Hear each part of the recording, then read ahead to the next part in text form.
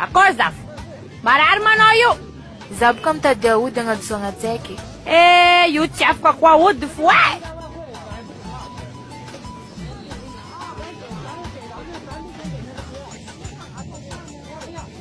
Karaha maro olo mivolagna fanao zegny karaha magnadrangara raha jiaby.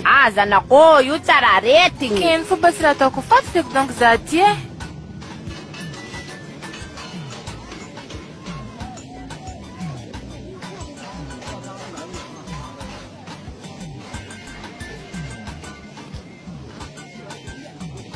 Anao fa sahiragna io fogna ampiako anao e. Tsy mivolagna amin'olo. Tantiny tsisy olo mahe. Anao karaha ravoravo ndraiky venao body masty. Otriny basy. Zo io 300 000 fo. Fanony anao fo ataoko 200 000. Zakanao. Mba lafo e na raha treniky fanjava raiky. Za koa mirisika aminanty e. Magnaraka mitombo prix zegny. Ke magnano akory mazo?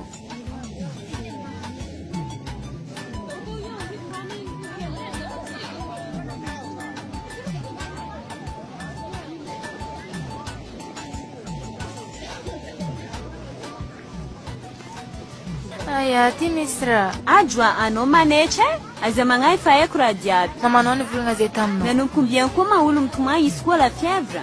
Za tamanontary hoe za mitady vola agnatsonga izy ty. Anao madala? Tsy anao magnango magnadoso tiako fa tamy karaha io anao mba mitady maty. Ndô basy za bababany zanako anao. Anao ndraiky izy. Cargo machishuo. Io era mandalfo.